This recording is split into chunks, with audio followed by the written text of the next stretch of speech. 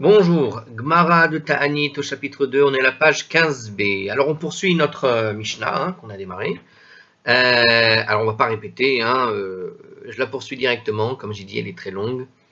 Alors on peut poursuivre parce que maintenant on va décrire autre chose. Qu'est-ce qu'on va décrire? Alors ici il nous écrit, on va décrire justement comment fonctionnait un peu le temple cette fois-ci, comment étaient partagés plus ou moins les gardes et tout ça.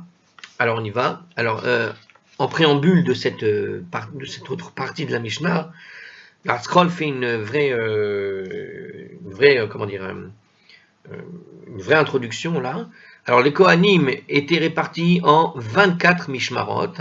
Alors ça c'est l'introduction, je répète, qu'on appelle des gardes donc. Chaque Mishmar était lui-même subdivisé en 7 Baté Avot. Alors un Bet Av, Baté Avot, des Baté Avot. Alors qu'est-ce que c'est que ces Bet Avot? Il nous dit que ce sont des maisons paternelles. D'accord? Donc on est toujours dans l'introduction, juste pour pouvoir comprendre ce qu'on va dire après. Chaque Mishmar servait dans le temple, donc chaque garde servait dans le temple pendant une semaine, et chaque Bet Av servait un jour de la semaine. Alors en commentaire, alors ils auraient pu le rajouter, puisque de toute façon tout ça c'est un commentaire. En fait, tout ce que je viens de vous dire, c'est en fait Rashi qui l'explique. Donc cette introduction, c'était une introduction faite par Rashi, quelque part.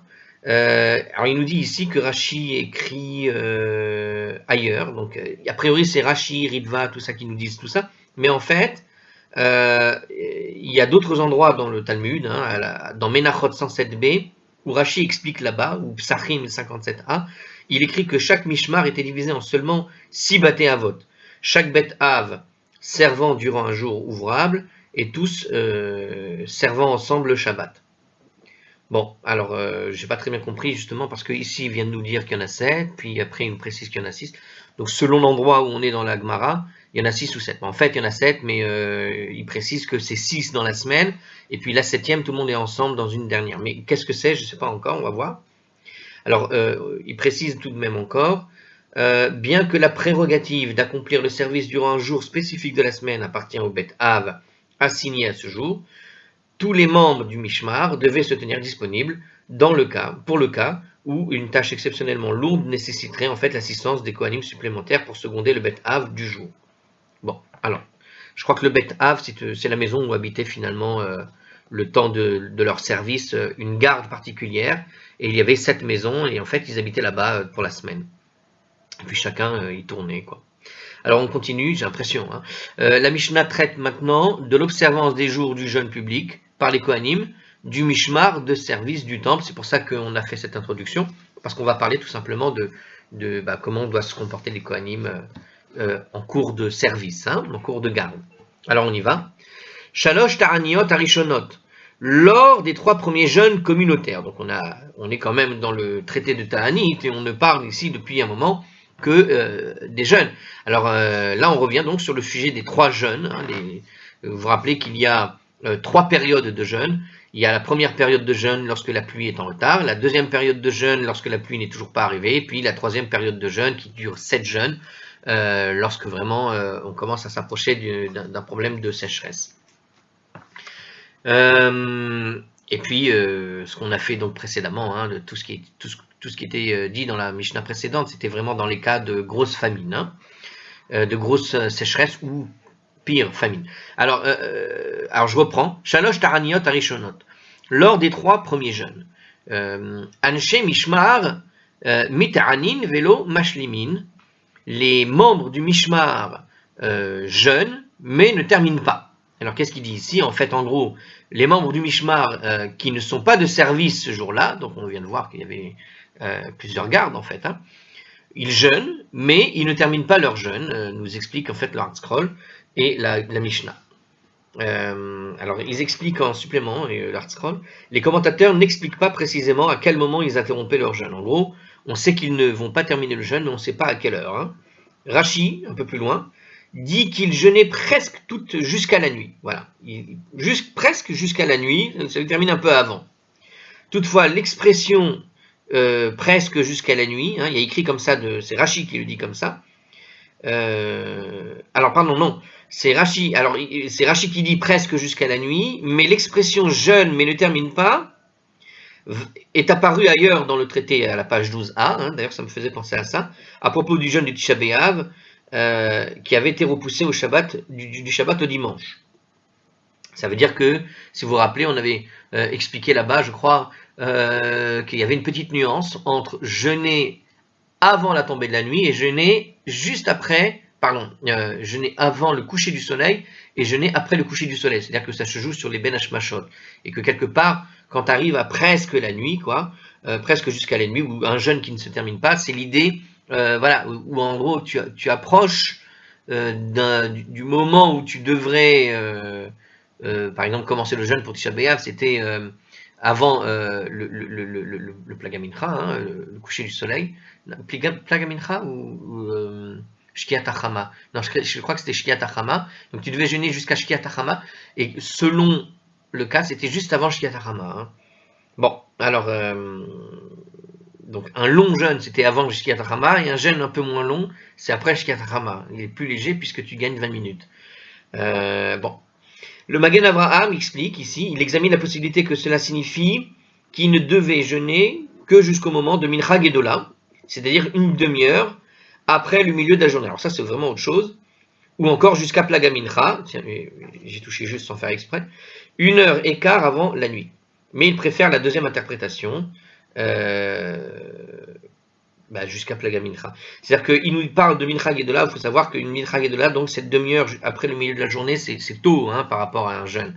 Si tu dois jeûner une journée et que tu t'arrêtes en milieu de journée une demi-heure après, bon, t'as arrêté ton petit-déj, quoi. Hein, c'est un petit peu ça parfois. Donc c'est pas un jeûne très très long.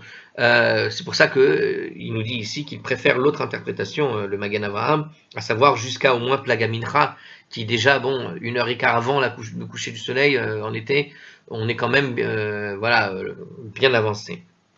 Alors la Mishnah Brura fait toutefois remarquer que des autorités ultérieures contestent la confusion du Magen Avraham et retiennent la première possibilité. Donc pour Mishnah Brura là-bas, ils nous disent que non, c'est a priori jusqu'à la moitié de la journée, simplement une demi-heure après la moitié de la journée. Bon, Mincha Gedola. Alors, je reprends. Hein. Donc, les 3 premiers jeûnes, nous dit ici la Mishnah en tout cas. Les membres du Mishmar jeûnent mais ne terminent pas. C'est le texte de la Mishnah. Après, chacun essaiera de comprendre selon ce qu'on a expliqué comment il le voit. Ve'anshe bet av lo hayu mithanin klal. Alors que les membres du bet av, ceux qui étaient donc en service hein, ce jour-là, ne jeûnaient pas du tout. Donc, le bet av, c'est ceux qui sont complètement en service. Alors, je n'ai pas très bien compris la nuance de l'un et l'autre, mais alors, on continue. Shalosh Shniot, lors de la deuxième série des 3 jeûnes communautaires, hein, donc on a expliqué, on a 3 séries de jeûnes, donc dans la deuxième série de jeûnes, Anshe Mishmar Mit'anin ou Mashlimin, les membres du Mishmar, de la garde, jeûnent et terminent leur jeûne cette fois-ci, Anshe Bet Av, Mit'anin Velo Mashlimin, et les membres du Bet Av jeûnent mais ne terminent pas leur jeûne. Tiens, c'est bizarre, hein, étrange. Comment ça se fait que dans le premier cas, les membres du Mishmar ne terminent pas leur jeûne, alors que le Bet Av doit terminer le jeûne, et maintenant, le Bet Av ne termine pas son jeûne, alors que le membre du Mishmar, lui, doit terminer le jeûne. C'est étrange, parce que on est dans la deuxième série de jeûnes qui est plus sévère, normalement, et donc qui demande plus d'efforts de la part des gens pour la supplication envers Dieu, et donc on jeûne avec un peu plus on a rajouté des choses dans le jeûne, qui est un peu moins léger que celui des 3 premiers jeûnes. Donc comment ça se fait que dans une situation où les jeûnes sont plus durs, normalement, théoriquement, on allège finalement le jeûne de ceux qui sont dans le Bet Av, alors que ceux-là même ont jeûné jusqu'au bout quand ils ont fait les 3 premiers jeûnes. Donc c'est la question qu'on peut poser. Alors juste avant de continuer sur la 3e série de jeûnes qui va nous parler ici, il y a un commentaire. Alors il nous dit ici qu'en général, les sages n'imposaient pas les jours de jeûne au Bet Av de peur que cela n'affecte son aptitude à assurer le service. En gros, ceux qui étaient dans le Bet Av, on avait peur que ça les gêne en fait. Ils étaient également conciliants à l'égard du reste du Mishmar en raison de la possibilité que son aide soit requise. Toutefois, lorsque la situation de sécheresse devenait plus sévère et que les séries supplémentaires de jeûne étaient décrétées, chacune étant sujette à un niveau plus élevé de sévérité que la précédente, les sages imposaient aussi progressivement un niveau de sévérité plus élevé au Bet Av et au Mishmar. Alors, j'ai pas vu le côté plus élevé ici, justement, du Mishmar. Alors, je vais relire parce que j'ai du mal lire. Ils disent que c'est plus sévère pour les deux. Alors on reprend, on va vérifier. On a dit que les membres du Mishmar, dans les 3 premiers jeûnes, ils jeûnaient mais ne terminaient pas. Qu'est-ce qu'on voit dans la deuxième série de jeûnes ici? Je vois que dans la deuxième série de jeûnes, les membres du Mishmar jeûnent et terminent, donc c'est plus sévère. Donc les 3 premiers jeûnes, ils ne terminaient pas, et dans les deuxièmes jeûnes, ils terminent cette fois-ci leur jeûne. Donc on voit que c'est bien plus sévère pour les membres du Mishmar. Très bien. Mais les membres du Bet Av du service, eux, ah, voilà, j'ai mal lu. Voilà. Donc la question que j'ai posée était bonne, à condition de bien lire le texte. Donc dans les 3 premières séries de jeûnes, on voit qu'ici que les membres du Bet Av, excusez-moi, j'ai confondu, ne jeûnaient pas du tout, Dans les 3 premières séries de jeûnes, ils ne jeûnaient pas, et cette fois-ci, ils vont jeûner jusqu'au moins la moitié de la journée, quoi, en gros. Donc très bien, ils jeûnent mais ne terminent pas dans la deuxième série de jeûnes. Donc effectivement, c'est plus sévère. J'ai posé la bonne question, j'avais fait une erreur. Sur mon erreur, j'ai posé la bonne question et là la réponse, il suffisait de lire correctement. Alors, Sheva Acharonot, lors des 7 derniers jeûnes. Alors, c'est la 3e série de jeûnes, les 7 derniers jeûnes, les plus stricts de tous, hein, nous dit le Hard-Scroll ici. Elou ve'elou mit'anin ou mashlimin, dit vrai Rabbi Yoshua. Ceux-ci et ceux-là, ils devaient finir leur jeûne. Ça veut dire ceux-ci du Mishmar et ceux-ci du Bet Av devaient complètement finir le jeûne. Et donc terminer le jeûne.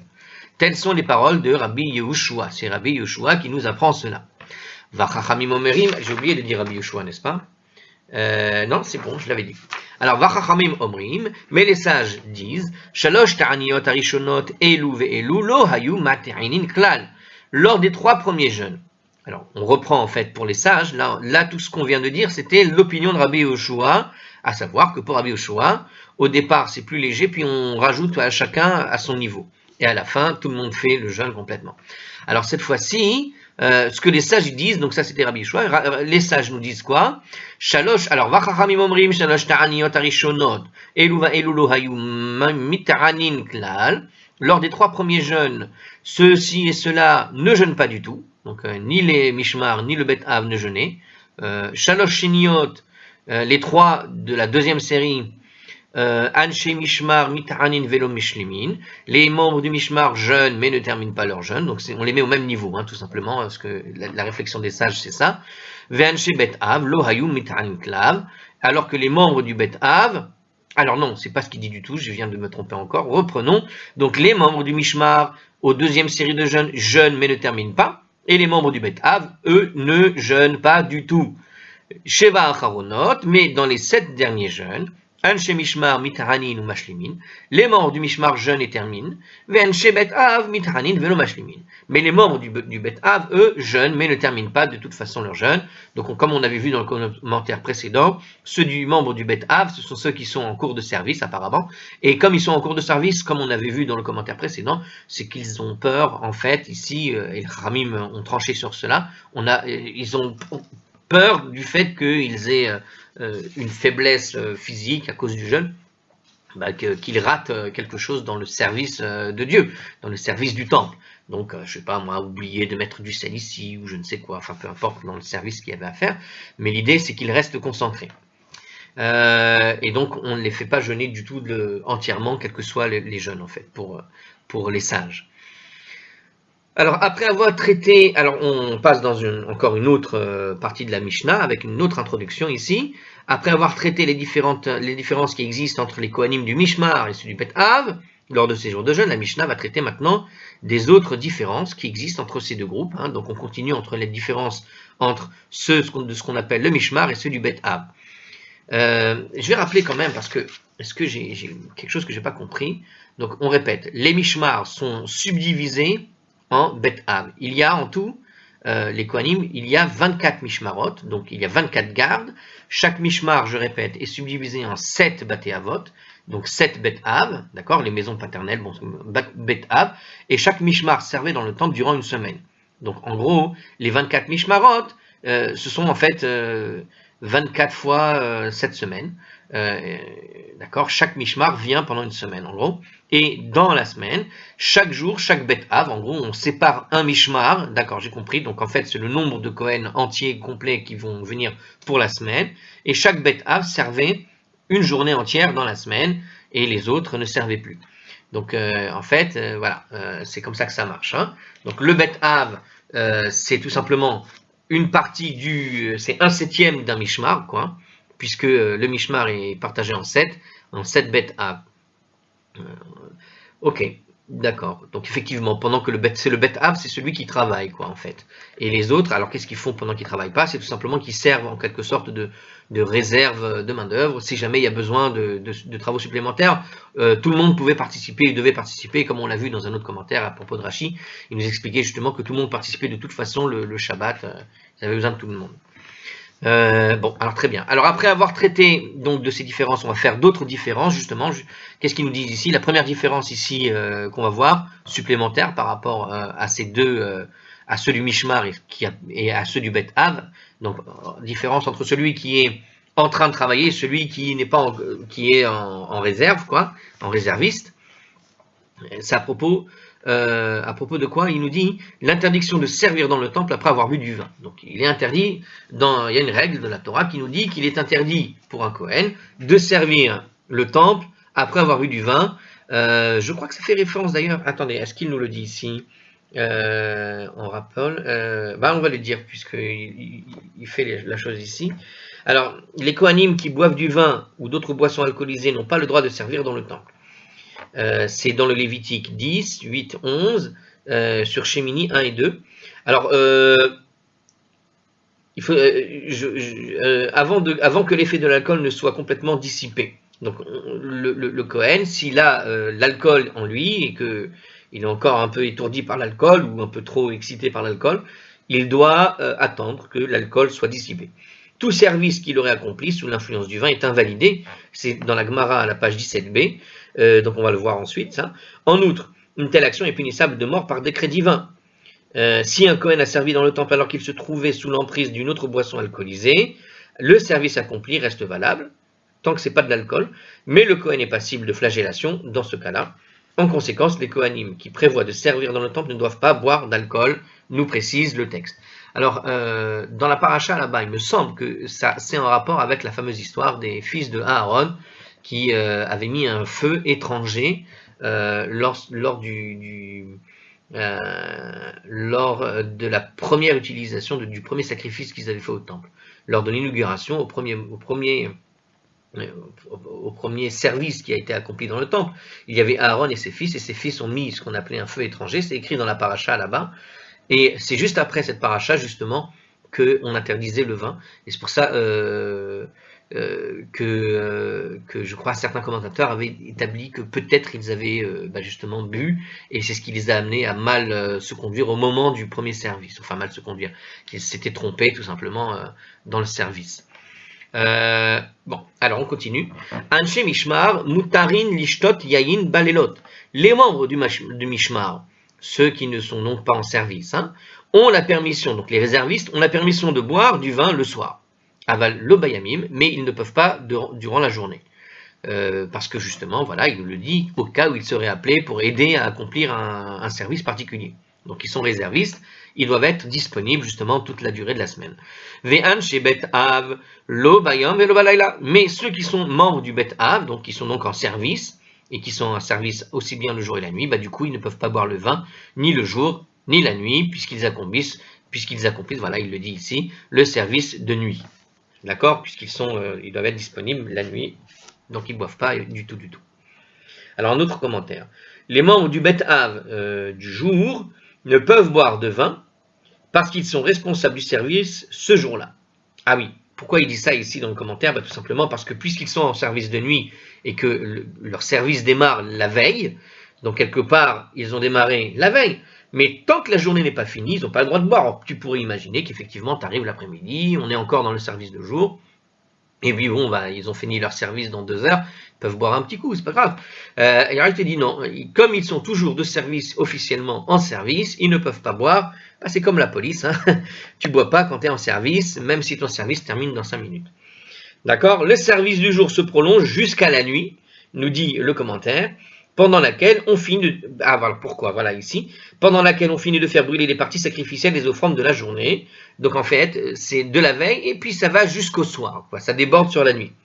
Ils ne peuvent donc boire de vin durant la nuit suivant leur jour de service, puisqu'ils sont encore en service là-bas, lorsque de nombreux sacrifices sont offerts au cours d'une journée, de sorte que le Bet Av du jour ne puisse assurer seul tout le service. Les autres membres du Mishmar doivent assister le Bet Av. C'est pourquoi les autres membres du Mishmar doivent aussi s'abstenir de boire le vin toute la semaine durant la journée, mais cependant, comme aucune offrande ne peut être apportée après le coucher du soleil, on peut savoir dès la tombée de la nuit si la jonction d'autres Kohanim pour faire brûler les offrandes sera ou non nécessaire. Si ce n'est pas le cas, les Kohanim du Mishmar, qui ne sont pas de service cette nuit-là, alors peuvent boire du vin. Donc voilà, ça explique effectivement une question qu'on pouvait se poser, effectivement, mais alors comment ça se fait qu'un membre du Mishmar pouvait boire la nuit parce qu'on ne sait jamais, peut-être qu'on aurait pu avoir besoin de lui la nuit. Ben justement, comme il n'y a pas de sacrifice à apporter juste après le coucher du soleil, puisqu'après le coucher du soleil, c'est pas encore la nuit, donc ils ne peuvent pas encore boire.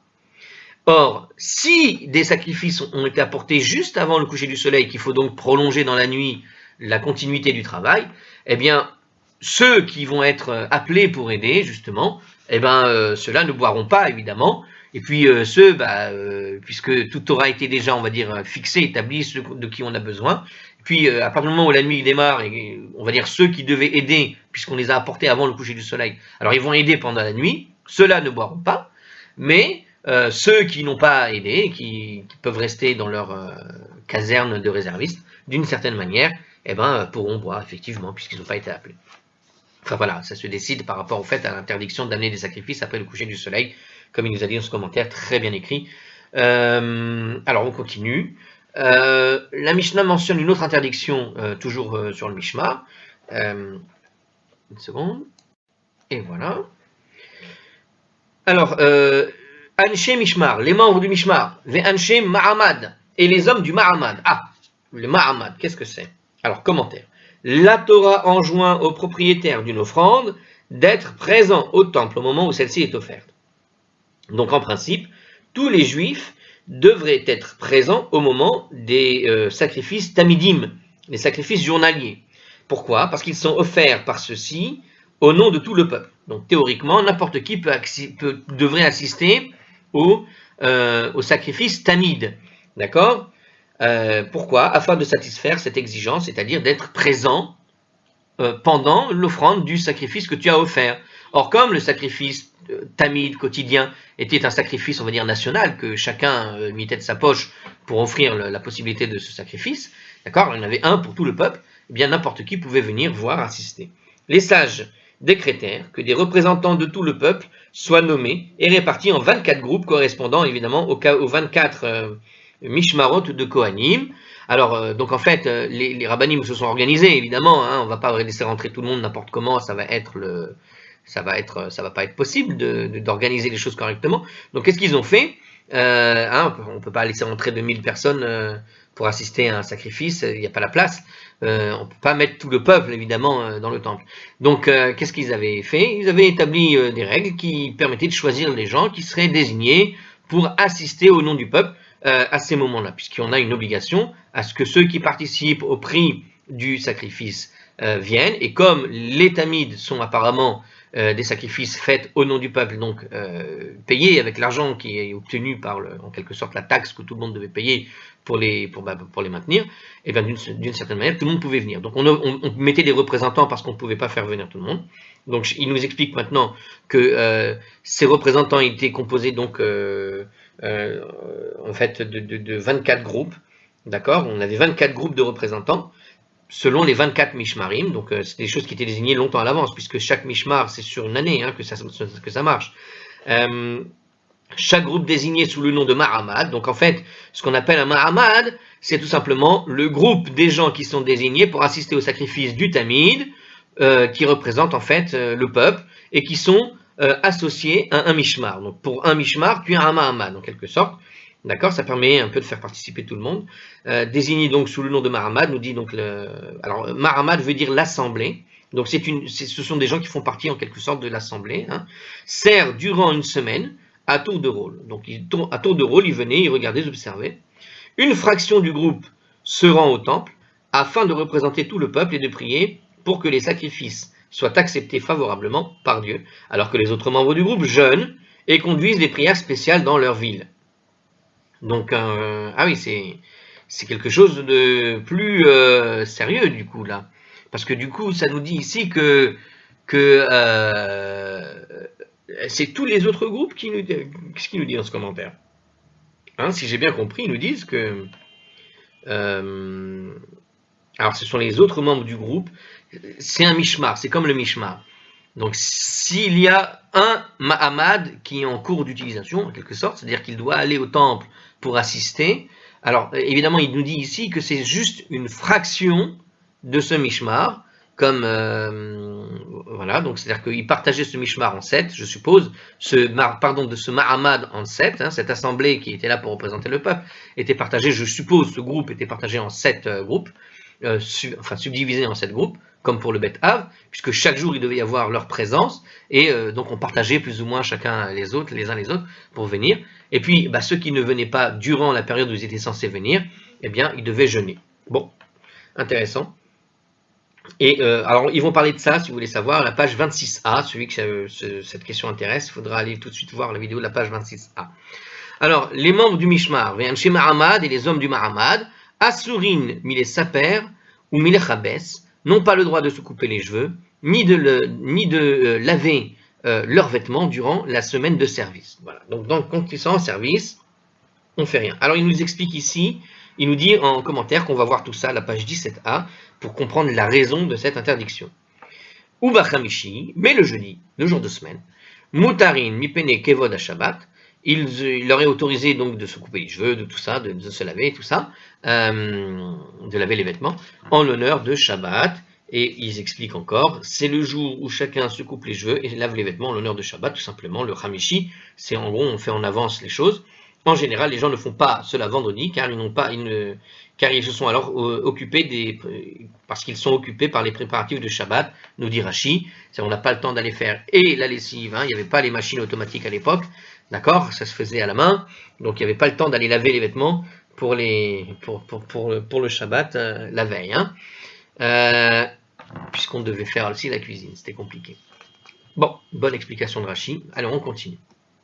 Bon, très bien, voilà, on a la différence ici donc entre ces Mishmar et ces Bet Av. On a encore même une nouvelle notion qu'on vient d'apprendre, c'est-à-dire le Mahamad qui correspond au Mishmar, qui sont ces gens de l'assemblée qui venaient pour représenter le peuple au moment du sacrifice quotidien offert par tout le peuple. Et donc le propriétaire, étant obligé de participer en quelque sorte et d'assister à son sacrifice, donc on avait des représentants du peuple qui venaient assister, on a des règles qu'on ne connaissait pas. Voilà. Alors on continue. La Mishnah prend note. C'est encore une introduction sur la suite, parce que vous voyez que cette Mishnah qui est très longue passe d'un sujet à l'autre, parfois qui ne sont pas toujours complètement liés, hein. Alors on continue, petite introduction de la suite de notre Mishnah. La Mishnah prend note d'un groupe de célébrations mineures observées durant la période du deuxième temple en commémoration des différents événements de salut national résultant de la providence divine. Donc en fait, on va maintenant probablement parler, j'ai l'impression, de la Megillah de Ta'anit. Et ben voilà, il nous le dit ici. On a déjà peut-être introduit cette notion de Megillah de Ta'anit, hein, c'est différent du traité de Ta'anit. Vous avez le traité de Ta'anit, vous avez évidemment la Megillah de Ta'anit, ça tombe bien qu'on en parle dedans. Donc, la Megillah de Ta'anit, donc c'était un rouleau sur lequel il y avait une série de jeûnes et de célébrations particulières. C'est là-bas qu'on trouvait justement la fête de Hanouka et de Purim. Et il y en avait d'autres, c'était pas que Hanouka et Purim, mais la plupart ont été abrogés à la suite de la destruction du temple. Sauf Hanouka et Purim justement. Et donc là on va parler justement dans cette Mishnah, apparemment cette Mishnah c'est une sorte d'extrait finalement de Megillah de Ta'anit, j'ai l'impression, sur certains passages. Donc il nous parle de ça. En certaines occasions particulières importantes, nous explique encore l'introduction, les sages allèrent jusqu'à interdire de prononcer un éloge funèbre durant les dates particulières pour commémorer ces événements, et ils ont aussi interdit de jeûner dans ces dates précises. Donc ces fêtes mineures, c'était des petites fêtes qui sont notées là-bas, donc, étaient consignées dans ce document connu sous le nom de Megillah de Ta'anit. Bon, voilà, je vous l'ai présenté. Il nous précise encore dans un autre commentaire, on va le continuer, puisqu'il est là. Le rouleau des jeûnes, ça se dit, Megillah de Ta'anit. Alors on avait déjà expliqué à la page 10b. Si vous avez fait Rosh Hashanah avec moi, on en a parlé aussi. Avec la destruction du temple, les interdictions qui sont contenues dans cette Megillah furent abrogées, sauf en ce qui concerne celles liées à Hanouka et Purim. Ça prouve que j'ai bien retenu. Continuons. Rashi remarque que la Mishnah et la Gemara utilisent le mot consigné dans la Megillah de Ta'anit plutôt que mentionné ou dite. Alors pourquoi c'est intéressant ce que nous dit Rashi ici, j'aime bien. C'est une expression qui est habituellement utilisée pour les citations du Talmud. Quand on dit consigner, c'est en général pour se référer à une braïta, pour référer à un passage. Or ici, ils ne disent pas dites. Alors pourquoi? Parce qu'à cette époque, la Megillah de Ta'anit constituait un seul document écrit de la loi orale. En fait, la Megillah de Ta'anit, c'était, on pourrait dire, l'ancêtre de la Mishnah. C'est-à-dire que c'était l'un des premiers documents écrits de la loi orale. D'accord? C'est quelque part, on vient d'apprendre quelque chose. Rashi nous dit ici, d'une certaine manière, que avant la Mishnah, il y avait la Megillah de Ta'anit. Et au fond, de quoi parlaient les rabbanim entre eux quand ils voulaient se rappeler de certaines règles? Ils évoquaient la Mishnah, en quelque sorte, de Ta'anit. Il n'y avait que la Mishnah de Ta'anit. Si je puis dire, c'était la Megillah de Ta'anit. D'accord? Et dans laquelle il ne se trouvait pas que des jeunes, d'ailleurs, puisqu'on a dit qu'il y avait aussi des dates de commémoration et des histoires sur pourquoi on faisait telle et telle fête. Hein. Donc, voilà, l'ancêtre de la Mishnah, avant que l'on n'établisse la Mishnah, il y avait la Megillah de Ta'anit. La manière d'en parler, en tout cas, d'après que la Mishnah a de parler de la Megillah de Ta'anit, c'est une manière que l'on a dans la Gemara de parler de la Mishnah, c'est-à-dire on se réfère tel un document de travail, en quelque sorte. Hein. Bon, c'est bon à savoir. Alors, quand la Katuv Bemegillat Ta'anit, Delo le Mispar. Alors, il nous dit ici, donc dans la Mishnah, hein, il démarre, toutes les célébrations qui sont dans la Megillah de Ta'anit, donc ce sont des célébrations mineures, au sujet de laquelle est consigné, hein, et que l'on ne prononce pas d'éloge funèbre. Il y a écrit donc comme ça. Alors, c'est pour ça que je n'ai pas compris, parce qu'il y a écrit, moi j'ai dit les mispar, c'est les mispad. Alors, je répète, Kol hakatuv bemegillat ta'anit, delo les mispad. Tout écrit, donc toutes choses qui sont consignées dans la Megillah Ta'anit, mais qui n'a pas été, ne sont pas des éloges funèbres, en gros, hein, on ne fait pas d'éloges funèbres. Les fanav, assour, cela est interdit le jour précédent. Les acharav mutar, mais c'est permis le jour suivant. Petite explication, il était interdit de prononcer un éloge funèbre ou de jeûner le jour qui précédait une fête, afin que les gens n'oublient pas la fête imminente. Il n'y a par contre aucune raison d'imposer cette règle le lendemain de la fête, nous dit Rashi. Donc on ne fait pas d'éloge funèbre, d'accord, pour bien être concentré sur la fête qui arrive. Donc on ne faisait pas ces éloges avant la fête. Donc même les fêtes mineures, hein, donc par exemple avant Purim, on ne fait pas, mais pas que Purim, justement, il y en avait d'autres. Hein. Justement, c'est ce que nous apprend cette Megillah de Ta'anit. En tout cas, on avait l'habitude de ne pas faire ces éloges funèbres avant, mais après, il n'y avait pas de raison de ne pas le faire. D'accord? Il n'y a pas de raison on pouvait en faire après, nous dit la Mishnah. Rabbi Yossi Omer, lefanav et l'acharav assour. Mais pour Rabbi Yossi, c'est interdit à la fois le jour précédent et à la fois le jour suivant. Alors Rashi va nous expliquer probablement pourquoi pour lui c'est embêtant le jour d'après. Rashi explique que le jeûne et l'éloge funèbre sont tous les deux interdits le jour précédent et suivant. Ceci fait référence. Ceci fait cependant l'objet d'une discussion à la page 18a. On va le voir à la page 18a, cette discussion. Probablement, je ressens peut-être qu'il va parler particulièrement de Purim, parce qu'on sait que Purim s'étale en réalité, alors c'est un seul jour, mais il s'étale sur 2 jours selon où tu habites. Hein, donc je ne sais pas si c'est de ça dont il va s'agir, hein, mais Rabbi aussi te dit aussi bien le jour, c'est interdit le jour précédent, le jour suivant, mais on pourrait le comprendre très bien, puisque Purim tombe le 14 Adar dans une ville, par exemple, n'importe où en Israël, sauf à Jérusalem. À Jérusalem, il tombe le 15. S'il tombe le 15, ça fait bizarre de faire des stadim le 15 Adar, quand à Jérusalem, c'est la fête de Purim qui tombe le 15, alors qu'elle ne tombe pas le 15 là-bas. Donc il y a peut-être, peut-être ça va être à cause de ça, et peut-être il y a d'autres dates qu'on ne connaît pas dans cette Megillah de Ta'anit, qui s'est allée pareil sur 2 jours pour des raisons X ou Y. Hein. On verra de toute façon une discussion à la page 18a. Alors on continue. Delo lehit ha'ana'a, toute célébration mineure, donc on ne devait pas jeûner, dans laquelle on ne jeûnait pas. Lefanav et l'acharav mutar, mais c'est permis avant et suivant. Donc c'était permis les jours précédents et les jours suivants. Qu'est-ce qu'il veut dire ici? Ça veut dire les jours où il était seulement interdit de jeûner, c'est-à-dire les jours où il était formellement, en tout cas seulement interdit de jeûner, constituent des fêtes de moindre importance que ceux durant lesquels il était interdit à la fois de jeûner et de prononcer un éloge funèbre. Ils sont donc traités avec moins de rigueur, également en ce qui concerne la période qui les précède. Donc en fait, on est dans la suite de cette discussion. Pour Rabbi aussi, je répète, donc c'est interdit le jour précédent et suivant de faire des éloges funèbres, mais dans les cas où il y avait des célébrations mineures ou dans laquelle on ne doit pas jeûner, d'accord? Donc ce sont des célébrations mineures, mais pour lesquelles on te dit c'est pas bien de jeûner ce jour-là, hein, eh bien on avait le droit de faire les éloges funèbres avant ou après ce jour particulier. Donc ce sont des jours où la célébration t'invite à ne pas jeûner, mais tu peux le faire avant et après. Alors il faudrait se poser la question, c'est quoi la différence?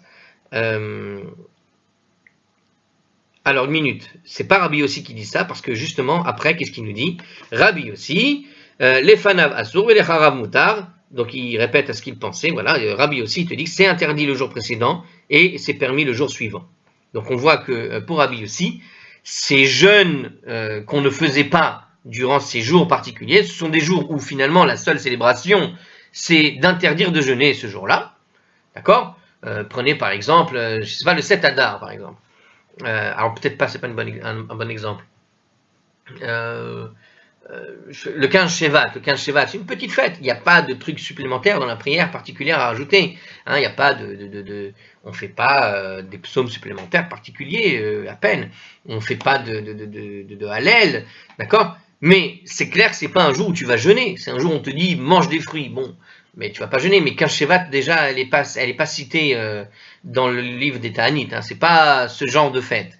Mais on peut imaginer que un jour de moindre importance, d'une fête de moindre importance, mais qui est juste établi en tant que tel pour dire c'est un jour où on ne jeûne pas. Voilà. C'est juste un jour où on ne jeûne pas. Il n'y a pas d'autre chose particulière qui célèbre cette fête particulière. Eh bien, ce que nous dit la Mishnah, on avait le droit éventuellement de jeûner ou de faire des spélim le jour avant, le jour après.